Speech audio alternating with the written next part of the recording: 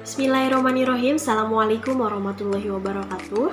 Selamat pagi, selamat siang, dan selamat sore anak-anak ibu yang ibu cintai dan ibu banggakan. Semoga dimanapun kalian berada selalu dirahmati dan diberikan kesehatan oleh Allah Subhanahu wa Ta'ala. Amin, amin ya Rabbal alamin. Bertemu lagi dengan ibu dengan mata pelajaran biologi, tentunya dengan materi yang berbeda. Nah, walaupun kita belajar dalam keadaan seperti ini, tidak langsung bertatap muka, namun dalam bentuk video seperti ini, alangkah lebih baiknya kita berdoa terlebih dahulu agar diberikan keberkahan oleh Allah Subhanahu wa Ta'ala. Berdoa dimulai.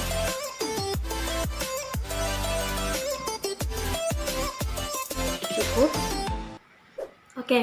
Untuk mengisi daftar hadir kalian, silakan kalian tulis nomor absen, nama, dan bilang hadir di kolom komentar di bawah ini. Nah, materi yang akan kita bahas kali ini yakni mengenai sistem pertahanan tubuh atau bisa dikatakan juga dengan sistem imun tubuh. Adapun tujuan pembelajaran dari sistem imun tubuh ini, setelah mengikuti proses pembelajaran, siswa kelas 11 diharapkan dapat yang pertama, menjelaskan pengertian antigen dan antibodi, kedua, mengidentifikasi jenis-jenis pertahanan tubuh, tiga, mendeskripsikan mekanisme pertahanan tubuh, keempat, menjelaskan jenis imunisasi beserta cara pemberian dan tujuannya, yang kelima, menganalisis data jenis-jenis imunisasi dan jenis penyakit yang dikendalikannya. Yang keenam, menyajikan data hasil analisis jenis-jenis imunisasi dan jenis penyakit melalui presentasi.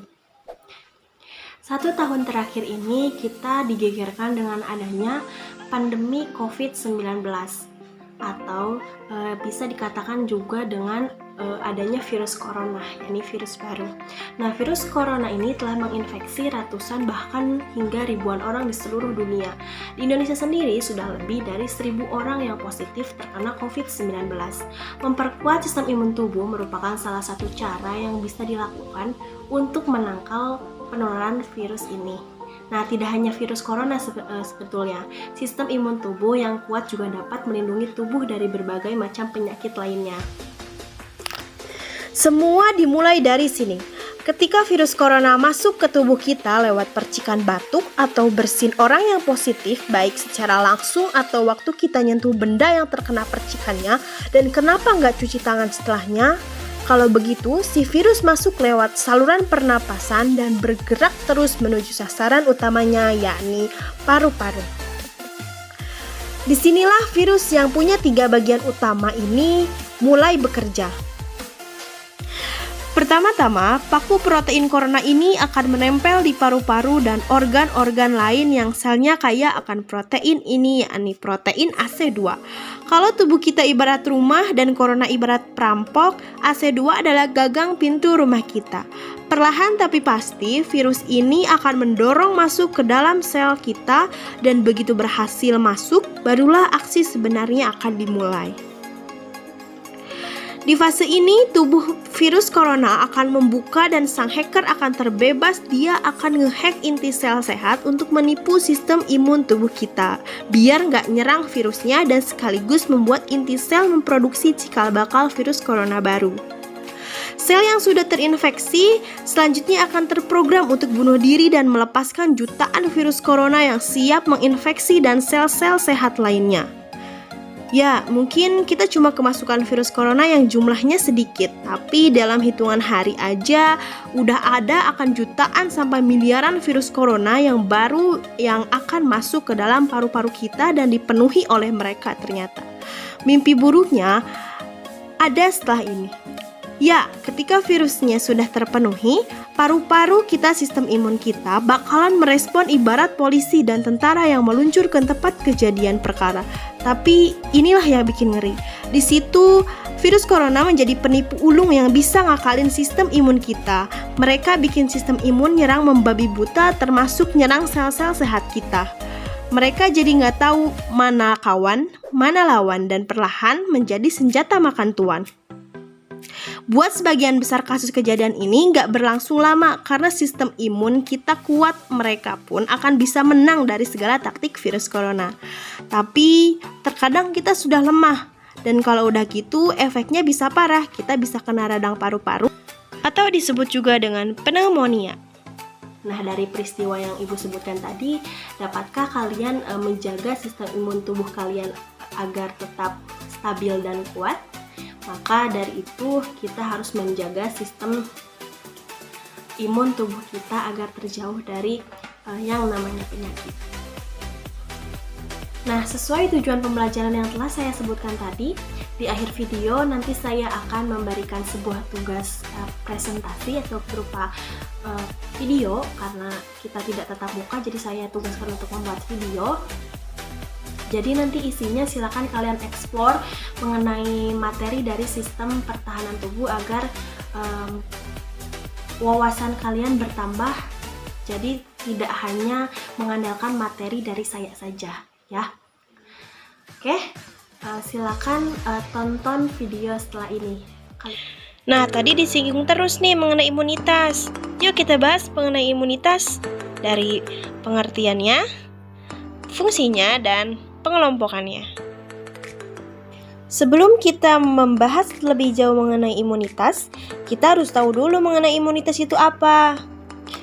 Nah, imunitas yang akan kita bahas kali ini yakni imunitas yang terdapat pada makhluk hidup, khususnya pada manusia. Imunitas bisa disebut juga dengan imun, kekebalan tubuh, dan daya tahan tubuh. Jika kalian mendengar kata-kata tersebut, itu sama saja ya. Namun pada video kali ini, saya akan menggunakan kata imunitas. Jadi, apa sih sebenarnya imunitas itu? Imunitas dapat diartikan sebagai resistensi atau perlindungan diri dari penyakit yang disebabkan oleh patogen. Sistem yang terlibat dalam tubuh dinamakan dengan sistem imun. Sistem imun juga dapat diartikan sebagai sistem pertahanan dalam tubuh atau sel dan jaringan yang digunakan untuk melindungi tubuh dari infeksi penyakit oleh patogen. Nah, sudah jelas ya mengenai imunitas. Tunggu, tadi ada kata patogen. Patogen itu apa sih? Patogen merupakan agen penginfeksi yang dapat menyebabkan penyakit. Patogen dapat berupa virus, bakteri, protista, jamur, ataupun agen penginfeksi lainnya. Jika agen-agen tersebut masuk ke dalam tubuh, maka agen-agen tersebut akan disebut juga dengan antigen. Antigen ini merupakan molekul asing yang dapat dikenali oleh sistem imun. Sistem imun kita akan membentuk antibodi untuk melawan antigen tersebut. Antibodi merupakan protein spesifik yang dihasilkan sistem imun untuk melawan antigen. Nah, kamu sudah tahu kan arti dari patogen, antigen, dan antibodi? Jangan dilupakan ya, karena pembahasan selanjutnya akan membahas mengenai istilah-istilah tersebut. Nah, sekarang kita akan langsung pada pembahasan selanjutnya, yakni mengenai fungsi sistem imun. Sama halnya seperti pasukan tentara yang berfungsi untuk menjaga kedaulatan suatu negara dari berbagai ancaman, begitu pula dengan imunitas. Imunitas berfungsi untuk menjaga sel-sel inang dari infeksi patogen yang dapat menyebabkan kerusakan bahkan kematian. Sel inang yang dimaksud adalah sel yang diserang oleh patogen. Nah, selanjutnya kita akan bahas mengenai pengelompokan imunitas. Berdasarkan cara mempertahankan diri, imunitas dibagi menjadi imunitas bawaan dan imunitas adaptif. Yuk kita bahas satu-satu. Imunitas bawaan atau innate immunity merupakan imunitas yang merespon patogen dengan cepat dan aktif setelah terjadi infeksi yang disebabkan oleh patogen. Baik patogen yang telah dijumpai sebelumnya ataupun patogen yang baru. Sehingga bisa dikatakan juga dengan imunitas non-spesifik.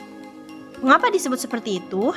Karena tidak ditunjuk untuk melawan antigen tertentu, tetapi dapat memberikan respon langsung terhadap berbagai antigen. Contohnya yakni tangan kita yang melindungi dari segala patogen. Selanjutnya yaitu imunitas bawaan atau innate immunity. Nah, dibagi lagi, ada pertahanan penghalang dan pertahanan internal. Pertahanan penghalang ini dikatakan juga dengan pertahanan eksternal, yakni pertahanan terluar atau pertahanan pertama terhadap patogen, yang terdiri dari kulit, membran mukosa, dan sekresi. Jika patogen berhasil melewati pertahanan penghalang, maka patogen akan melewati pertahanan internal atau pertahanan kedua, yakni terdiri dari sel fagositik, protein antimikroba, inflamasi atau anti peradangan, dan sel pembunuh alami. Lalu, apa sih imunitas adaptif itu? Atau acquired immunity? Imunitas adaptif merupakan mekanisme pertahanan tubuh berupa perlawanan terhadap antigen tertentu, atau bisa dinamakan juga dengan imunitas spesifik. Imunitas adaptif mampu mengenali dan mengingat antigen yang pernah menyerang dirinya, sehingga jika antigen yang sama masuk ke dalam tubuh untuk yang kedua kalinya akan segera dikenal dan dihancurkan lebih cepat. Kemudian, imunitas adaptif ini dikelompokkan lagi menjadi dua, yaitu respon humoral dan respon diperantarai. Respon humoral adalah respon imunitas tubuh yang mensekresikan antibodi dan bersirkulasi di dalam darah atau limpa. Dinamakan respon humoral karena darah dan limpa ini disebut juga sebagai humor, atau dalam bahasa Latinnya artinya cair. Secara sederhana, respon humoral dapat digambarkan sebagai berikut. Awalnya, sel akan menghancurkan antigen tertentu yang menyerang tubuh untuk pertama kalinya. Hal tersebut dapat merangsang beberapa sel untuk mengenali dan mengingat antigen tersebut, dan pada akhirnya akan mensekresikan antibodi jika patogen yang sama dan menyerang untuk kedua kalinya. Kemudian antibodi tersebut akan bersirkulasi di dalam darah ataupun limpa dan akan melawannya tanpa proses pengenalan terlebih dahulu.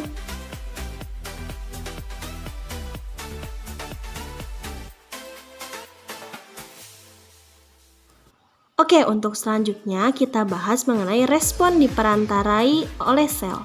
Respon diperantarai sel adalah respon imunitas tubuh yang melibatkan sel-sel sitotoksis. Nah, sel-sel sitotoksis ini dapat mengenali dan menghancurkan patogen yang merugikan secara sederhana, yang mekanisme pengelolaan antigennya hampir sama dengan respon humoral, namun yang membedakannya adalah aktifnya sel T sitotoksisnya yang dapat melawan patogen dengan cara menghancurkan sel-sel yang terinfeksi oleh patogen tersebut.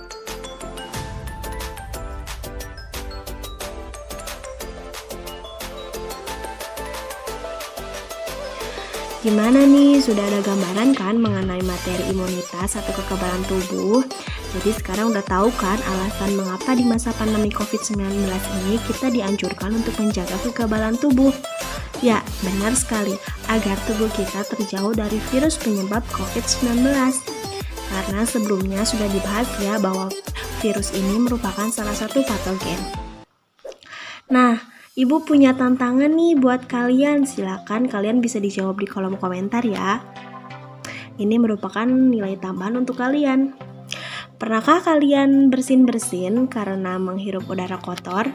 Menurut kalian, bersin itu termasuk pengelompokan imunitas mana ya? Oke, next ke materi selanjutnya ya. Apa itu vaksin dan imunisasi? Vaksin merupakan produk biologi yang berasal dari virus atau bakteri atau kombinasi keduanya yang dilemahkan. Sedangkan imunisasi adalah memberikan sesuatu zat atau vaksin untuk menjadi imun bagi tubuh. Imunisasi itu sudah diatur oleh pemerintah dalam UU Nomor 36 Tahun 2009 Pasal 130 dan Pasal 132.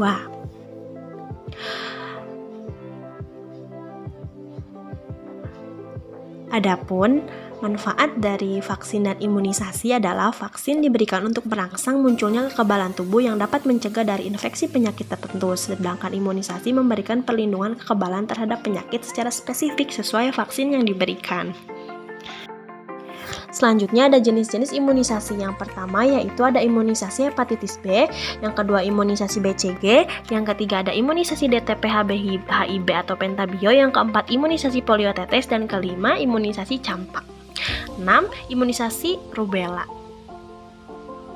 Adapun jadwal waktu imunisasi 0-7 hari imunisasi hepatitis B, 1 bulan BCG dan polio 1, 2 bulan pentabio OPV 2, 3 bulan imunisasi pentabio OPV 3, 4 bulan pentabio OPV 4, 9 bulan campak. Nah, jadi bagaimana? Apakah materi yang telah saya sampaikan tadi bisa kalian pahami? Ataukah terdapat kesulitan? Nah, jika dirasa belum paham mengenai materi yang telah saya sampaikan tadi, silakan kalian bisa menghubungi saya melalui WhatsApp atau berdiskusi dengan teman yang sekiranya teman kalian sudah paham mengenai materi ini. Nah, di awal tadi saya sudah mengingatkan bahwa saya akan menugaskan mengenai jenis-jenis imunisasi dan penyakit pengendaliannya. Jadi nanti kalian membuat laporan tertulis sesuai dengan lembar kerja yang telah saya kirim di Google Classroom, dan kalian presentasikan dengan dibuat video yang akan diupload di YouTube. Silakan kalian buat sekreatif mungkin ya, tidak ada durasi maksimalnya. Untuk agenda selanjutnya kita akan belajar mengenai virus. Jadi silakan kalian baca-baca terlebih dahulu ya mengenai materi ini, mengenai materi virus.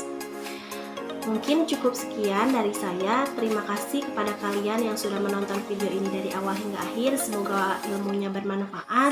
Mohon maaf atas segala kekurangan dan ada kata-kata yang kurang berkenan. Sebelum kita tutup, alangkah lebih baiknya membaca hamdalah terlebih dahulu. Karena pandemi ini belum berakhir dan angka kenaikan COVID semakin tinggi, saya tak henti-hentinya untuk mengingatkan kepada kalian agar selalu mematuhi protokol kesehatan yang telah digaungkan oleh pemerintah dengan cara memakai masker, menjauhi dari kerumunan, selalu membawa hand sanitizer dimanapun dan kapanpun. Tetap menjaga pola hidup sehat pula. Tetap semangat, tetap produktif dimanapun kalian berada. Semoga kita selalu disehatkan oleh Allah Subhanahu wa Ta'ala. Wabillahi taufiq wal hidayah. Wassalamualaikum warahmatullahi wabarakatuh.